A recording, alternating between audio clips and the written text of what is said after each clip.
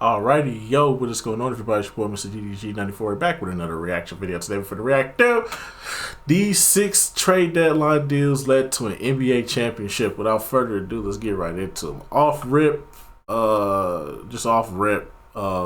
Rasheed Wallace, PJ Tucker, when we got him, when we traded for him to come to the Bucks, and we won a championship. So those are the only ones I can really think of. I can't really think of no other ones. There might be some other ones, but I don't know.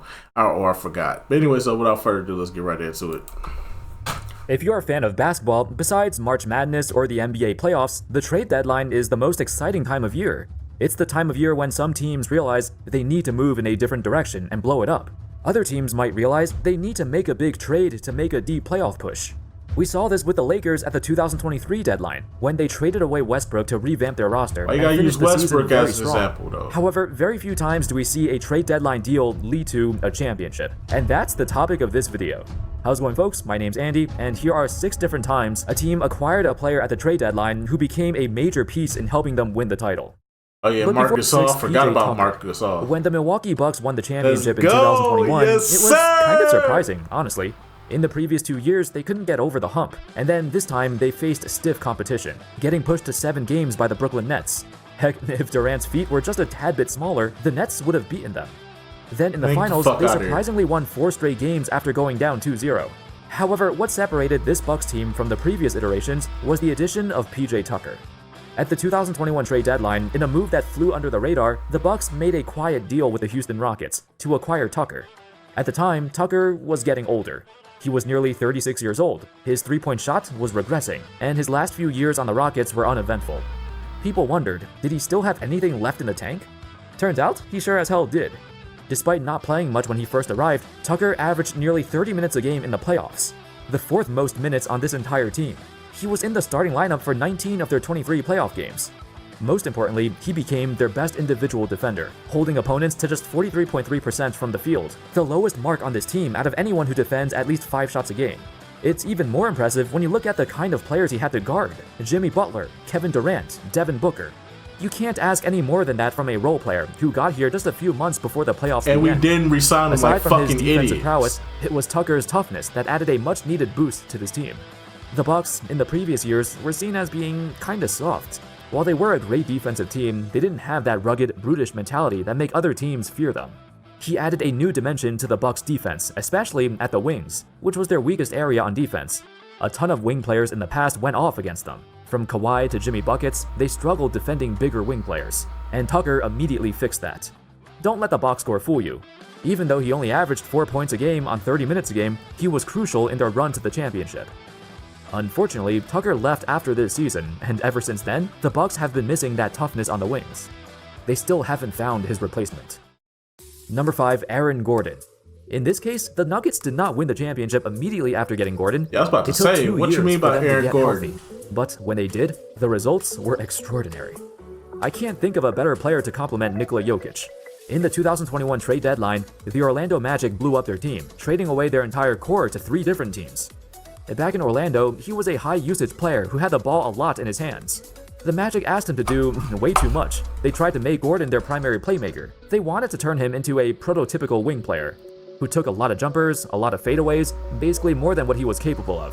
These were not his strengths, and it took years for the Magic to realize this. By the time they did, it was too late. It's not entirely the Magic's fault, though. I mean, they just never had the playmaking or passing to feed Gordon, to allow him to play off the ball and flourish. In Denver, however, a team that already has elite playmakers, Gordon feels comfortable playing to his strengths. Dunking, abusing smaller guys in the paint, playing closer to the basket, he excels in all of that, and now he's doing it much more than ever. This is reflected in his scoring numbers. Since coming to Denver, Gordon has had his most efficient seasons ever. Furthermore, because he can conserve energy on offense now, Gordon has made a name for himself as one of the NBA's best defenders. The thing is, he's never been a bad defender. He's always been gifted with all the physical tools, the speed, the lateral quickness, and athleticism. But he's never gotten the recognition before, because he played for the Magic and nobody cared about them. Facts. On the Nuggets, not only was he the perfect fit on offense, but he filled a major hole on defense that this team was desperately missing. When Jokic and Gordon are on the floor together, the Nuggets have a ludicrous offensive rating of 123.3. That would be first in the entire NBA, even ahead of the Boston Celtics, who currently have the highest offensive rating of all time. I'd go as far as to say this trade deadline deal to acquire Gordon was the most important trade the Nuggets made in the history of their franchise. Facts. Am I being too brash? I don't think so. I truly think he's that important. Number 4, Marc Gasol. Yeah, Marc Gasol. The Raptors' 2018-19 season was brilliant, and it was headlined by the arrival of Kawhi Leonard over the summer. All eyes were on him. With LeBron moving west and the acquisition of Leonard, the Raptors became a legitimate threat to win the title. However, lost in all the headlines was a critical deal at the trade deadline that truly pushed them into championship status: the Marc Gasol trade. Before this deal, once they got Marc Gasol, I said they had all the firepower they need to win a to go to the finals. I didn't think they was gonna beat the Warriors, but then again, nobody expected KD to tear his fucking Achilles. Nobody expected the Warriors to be not healthy come finals. So, but I did think they had everything they needed to compete with the Warriors. I knew they were going to beat I predicted that they was going to make the finals. I predicted it was going to be Warriors and Raptors, and I said, as long as everybody on the Warriors is healthy, this shit ends in 5 or 6 games. But if they're injured, oh boy, this could go 6 or 7 games. And it went 6. And Toronto won. Shout out to Toronto. Raptors were running Serge Ibaka as the starting center, as Jonas Valanciunas saw his minutes drop, and his role became diminished. Keep in mind, they were still winning a ton of games, and they could have stood pat at the deadline and done nothing. In fact, their record was 40-16 when they traded for Marc Gasol. However, Masai Ujiri has always been one of the brightest minds in basketball, and he knew what they were missing. They needed a bigger body at center in preparation for the playoffs, a guy with experience to take on all the bigger guys in the conference, in particular Embiid and Giannis. That's why he pulled the trigger on this trade, and it paid off big time. To show you how much of an impact Gasol had, in the playoffs, every single player he guarded struggled so much against him. In the first round against the Magic, Gasol held Nikola Vucevic to a horrendous 11 points a game on a putrid 36% shooting. Vucevic was an all-star that year, averaging 21 and 12, yet he couldn't do anything against Gasol. In the second round, Joel Embiid was held to just 17 points a game on 37% shooting. Considering how this series was decided by a single shot, if the Raptors did not acquire Gasol, they'd probably get knocked out by the Sixers. I mean, I can't imagine Valanciunas holding Embiid to 17 points a game on 37%. Historically, Embiid has always struggled against Gasol. In 9 career regular season games, Embiid just in struggles, period, with Game 7s in the second round. Let's just keep it real, bruh. When it comes to Joel Embiid in Game 7s in the second round, one thing you can count on is this. Hear me and hear me good, nigga. I'm here to double down. That shit is a 2-pack of ass. The fuck are you talking about? That shit stinks. Embiid is allergic to having good games going into Game 7 of the second round. Game 7 second round. Oh, you can make sure that Embiid ain't gonna show up. Or elimination game of a second round, Embiid ain't gonna show up for you. Might as well just throw the season away. He only averages 12 points a game on 35%. So this series wasn't a one-time ordeal. Gasol simply has his number and knows how to defend him inside and out. Against the Bucks in the conference finals, while Gasol wasn't the primary defender on Giannis, he still contested him at the basket many times. And Giannis had a hard time scoring at the rim when Gasol was lurking. His numbers dropped off significantly. See, our problem was we didn't have nobody that could guard Kawhi. That was really our problem. If we just had somebody that could have contained Kawhi, we could have took this 7 games and possibly could have went to the finals. That possibly.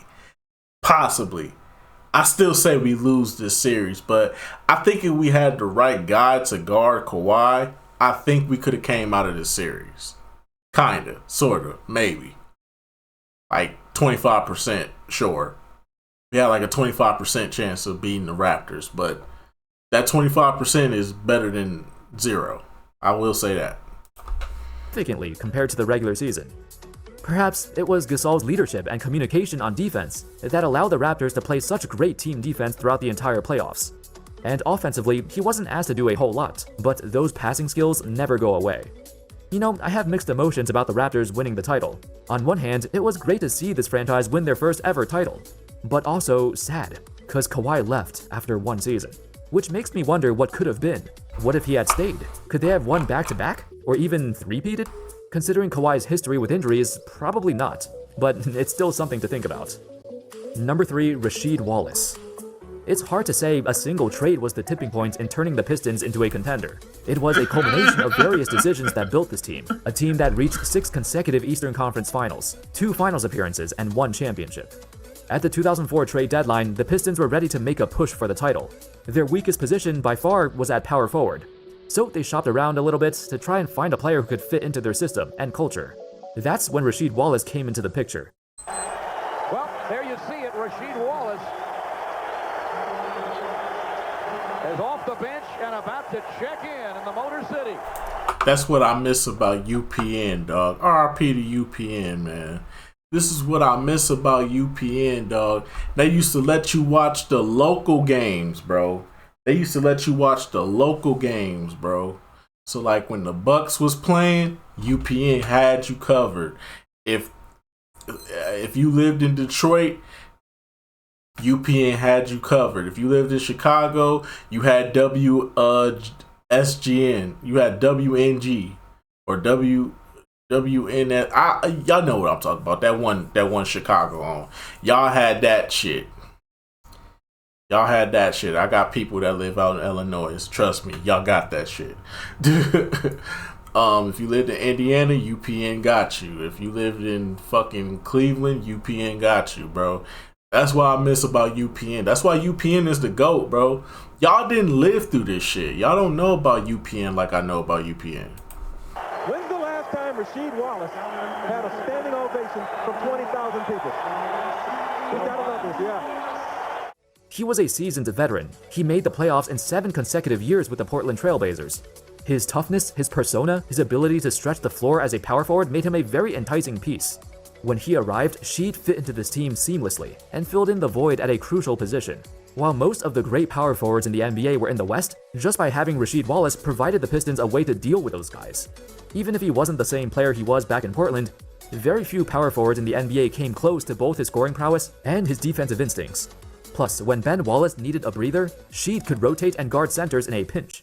There's one interesting scenario to think about though. We all know the Pistons won the title in the same season they acquired Sheed.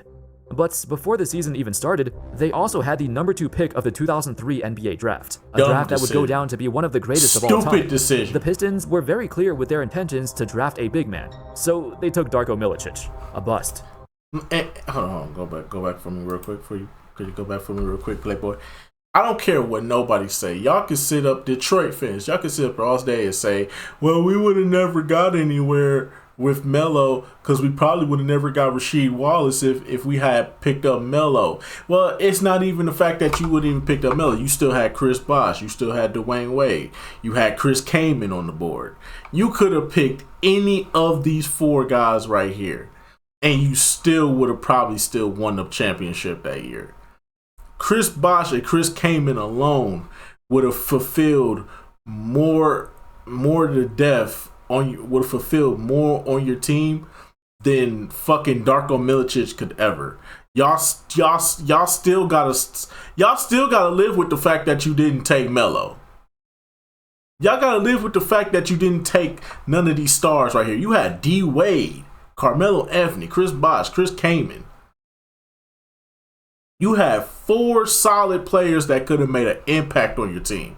Now, obviously, you're not going to get LeBron. LeBron was Cleveland's. It was written that way. It was part of the script. But still, though, y'all had 1, 2, 3, 4. You have 4 potential players you could have took and ran with. And you chose the worst of the worst. Darko fucking Milicic. Detroit, you played yourself. That's all I gotta say. Stop bringing that bullshit up. I'm tired of y'all bringing that bullshit up. Talk about some, we didn't need Melo. You still had Chris Bosh and Chris Kaman and Dwayne Wade. No excuse. You have 4 good players still available. You took the worst fucking one. A bust. But if they had drafted anybody else, Melo, Wade, or specifically Bosh, to fill in their void at power forward, they likely would not make this deal for Rasheed. This leads to the question, do the Pistons still win the 2004 title More with than a likely, rookie Chris yeah. Bosh instead of the more experienced Rasheed Wallace? More than likely, yeah, because the position is fulfilled. Like, yeah, maybe Rasheed maybe having Rasheed, maybe I probably say this, they would have had problems with Shaq. They would have had problems with Shaq.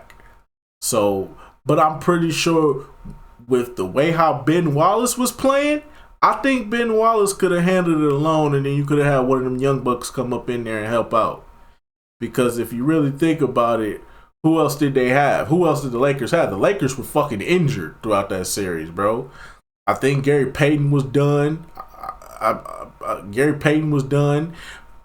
Karl Malone was pretty much out for the entirety for a good chunk of the playoffs. That team was depleted. So who else was you gonna have to guard? You could still run y'all scheme on Kobe. Y'all could still run y'all scheme with Shaq. Y'all could have still won that championship. That Lakers team was not healthy. Y'all still could have beat them. Y'all team was healthy. Y'all was ready to go. Y'all probably wouldn't have won in 5 games. Y'all probably would have won in like 6 or 7. But y'all still would have probably won.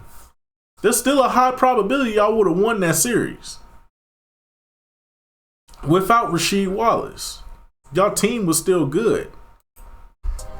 In the long run, having Bosh would be better for sure. Perhaps he could have extended their window for a couple more years. Yeah. And that's the other thing too. It would have extended your championships. It would have extended it.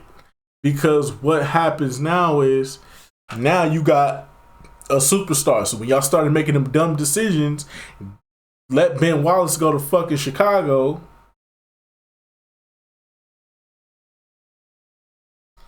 Y'all still would have been a fucking threat.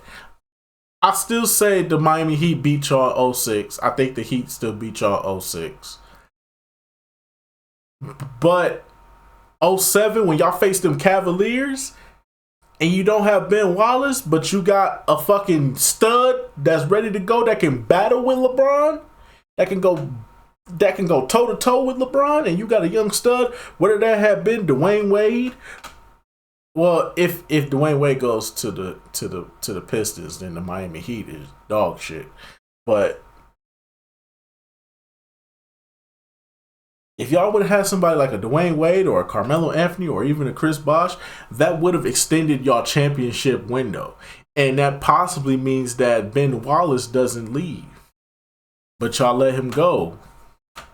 It is what it is, though. It is what it is, though.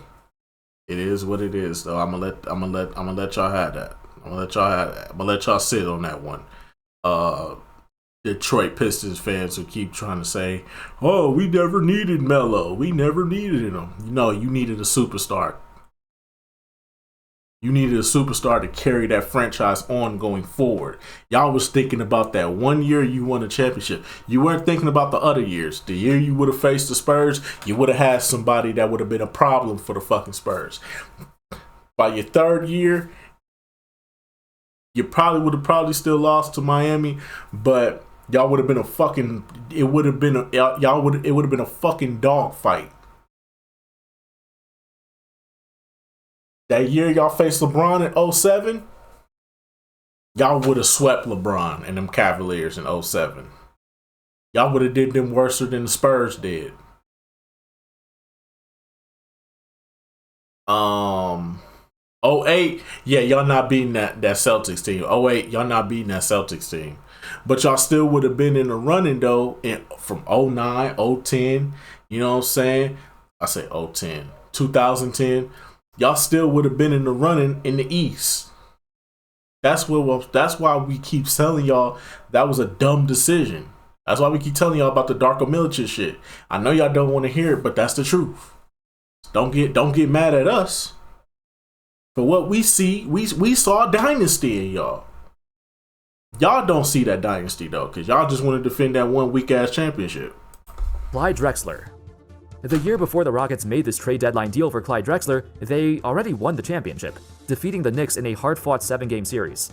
They already had the capability to repeat and win again, so why did they feel the need to make a major deal for Drexler? Well, the 1994-95 season was not kind to the Rockets. They had so many highs and lows, and they performed very poorly against other Western Conference teams.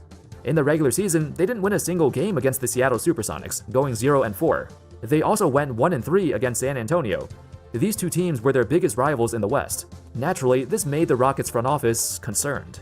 They felt compelled to scramble and try to find any sort of deal to make them better. And so they pulled the trigger on this blockbuster trade. Clyde Drexler, an 8-time All-Star with the Portland Trail Blazers and the second best shooting guard of his era. This was perfect. It was a prime opportunity for the Rockets to shake it up and see how it goes. On paper, it might not seem like they gave up much to get him, but Otis Thorpe was their starting power forward. It also led to some disgruntled voices in the locker room. The players loved Otis, and they felt like the team made this trade for no reason, because the players were confident in running it back to win again. The most vocal was none other than Vernon Maxwell, who lost his starting spot to Clyde Drexler. He was so upset that he quit on the team in the middle of the playoffs, and soon he got waived. While the Drexler trade was initially met with mixed opinions, the results speak for themselves. Now with a legit secondary star alongside Hakeem Olajuwon, the Rockets made a historic run to the NBA title. Even to this day, no other team has won the championship with a seed as low as the 6th seed. And finally, at number 1, Pau Gasol. At the 2008 deadline, the Lakers acquired Pau Gasol in one of their greatest trades ever, and almost immediately they went from struggling to get out of the first round with just Kobe to a legit contender once again. I mean, pretty much anything was an upgrade over Kwame Brown. But to get a legit All-Star, one of the best bigs in the league, it was robbery. At least in that deal, the Grizzlies got his brother Mark in return too. At least that was good. Pau had the best years of his career in LA. This deal marked a monumental moment in Lakers history. It directly led to their return to dominance. They were back on top of the world. 3 straight finals appearances and 2 championships. Pau's arrival to LA had a heavy hand in elevating Kobe's own legacy. Prior to this, Kobe had 3 titles, but no finals MVPs and no regular season MVPs either. But with Pau, he turned out to be the perfect sidekick for Kobe. From a legacy standpoint, with 2 more championships, 2 finals MVPs, and his first regular season MVP, Kobe catapulted himself into the ranks of the all-time greats. And soon, they quickly became lifelong friends. Those were 6 of the greatest trade deadline deals in NBA history. Thank you everyone so much for watching. I hope y'all enjoyed the video, and of course, as always, I'll see you next time. Peace. Alrighty, that's just gonna about do it for this one, man. Yeah, man. These trade deadlines are crazy. But anyway, so that's just gonna about do it for this one. I will see y'all in the next video. Till then, peace out.